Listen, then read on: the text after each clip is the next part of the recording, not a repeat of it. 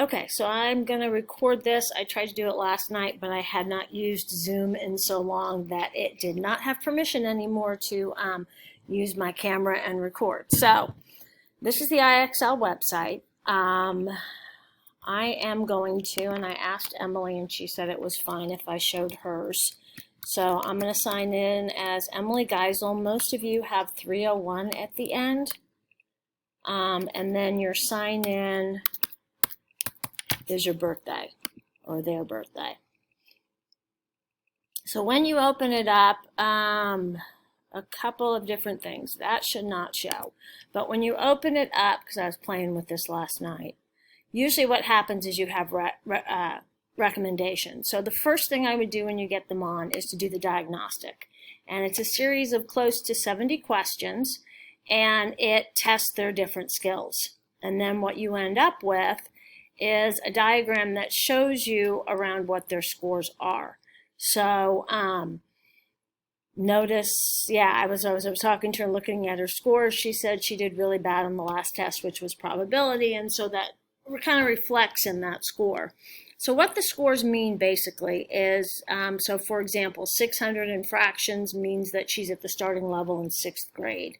640 means she's partway through. 390 means she's about a 4th grade level at data, statistics, and probability. Most of the kids that have taken the diagnostic range anywhere to 4th to about 6th grade level. The reason why this is such a good program is that then it has recommendations on skills.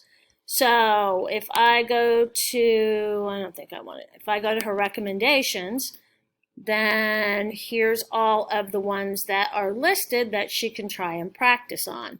So some of these I have added, but most of these are ones that are based on what the program found her to be deficient on. So what I was planning on doing with her, and this right now is a free program, I got a 30-day trial. So this is yours to use if you want to before we start the class. Biggest problem with math-based stuff. So when I do ACT, when I do chemistry, number one, they don't practice enough to get the skills down. And I think a lot of you are finding that in the math class this year. She goes through it, they test, they really don't know how to do it. They don't practice enough. So, for example, last year when we were quarantined, I was working at Kumon, and so I had Emily start doing the math. And she went through the testing, and Jimmy, the director, was like, well, she knows how to do these, but it's taking her a long time because her fundamental skills are not as good as they should be. So they actually started her back on worksheets for addition and subtraction. So Kumon does 30 minutes every day.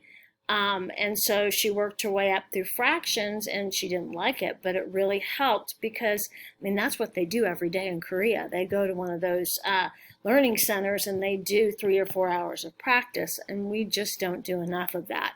So what I'm having Emily do, or the deal that I made with her, was that we would work on this program 20 minutes at 5 times a week.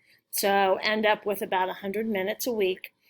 Visitation does use this program, and they require their students to do 200 minutes a week.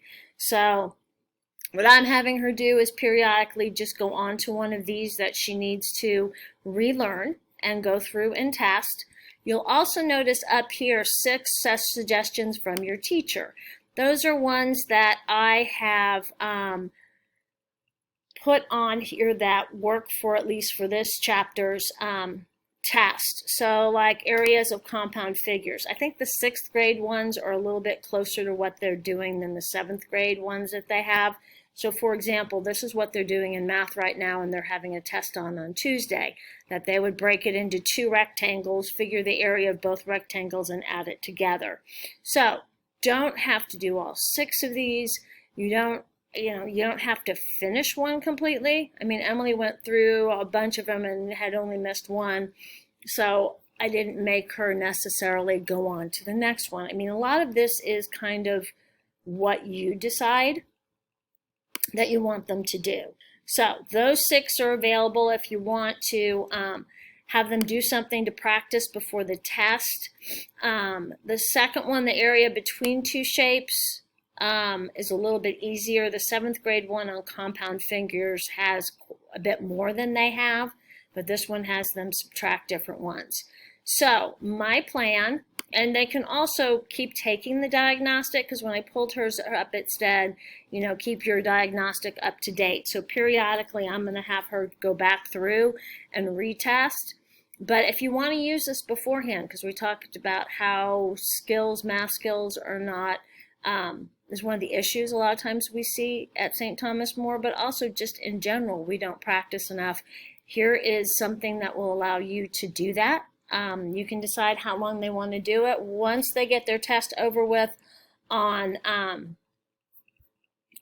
Tuesday, then what I'll do is try to figure out what they are doing next in class, and then what I think coordinates with what they're doing will always be up here. The nice thing is, like skill plans, I can go on and see what's recommended. Oh, and I also am pulling stuff. They have their textbook, so a lot of the exercises that I'm getting are from other textbooks that they have. But like, I can go on here and look and see how many minutes they've done, what they actually studied from my end, how much time they spent on each of their skills, what their scores were. I can't do that from her page, and I don't want to open mine because it shows everybody's testing results. But I can track how much work they do, and I think you can too if I go to analytics. Like I said, I haven't used this program since my oldest was in 7th grade. But yeah, here we go. So in the last 30 days, this is how much she's done. She's made progress in 3 skills. It shows me which ones she did, what time she worked.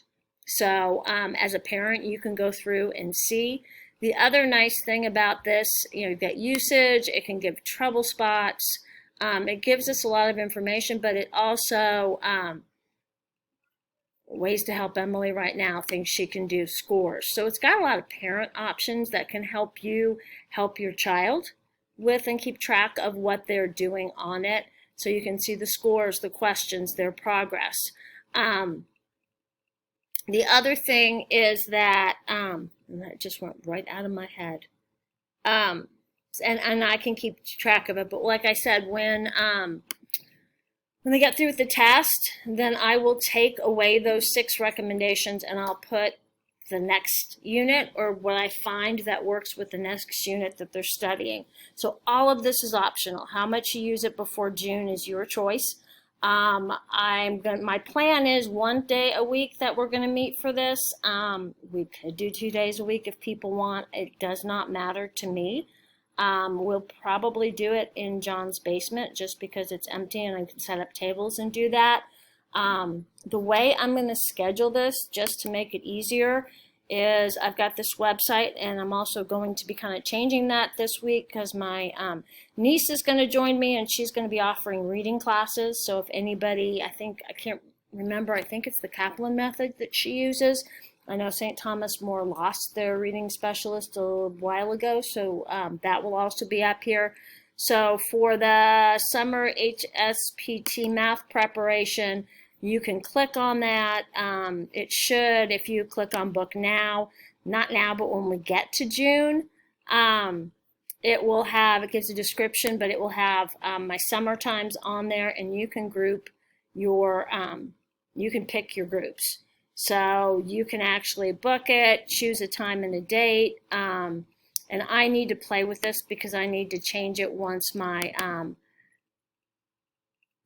summer schedule changes. So we're going to set that up so it works. So it has a maximum of 3, so you can schedule your groups. Otherwise, it's going to take me forever to try to do that. So that's one of the things we're going to do this work on this week, is figuring out how to do all of that so that it works.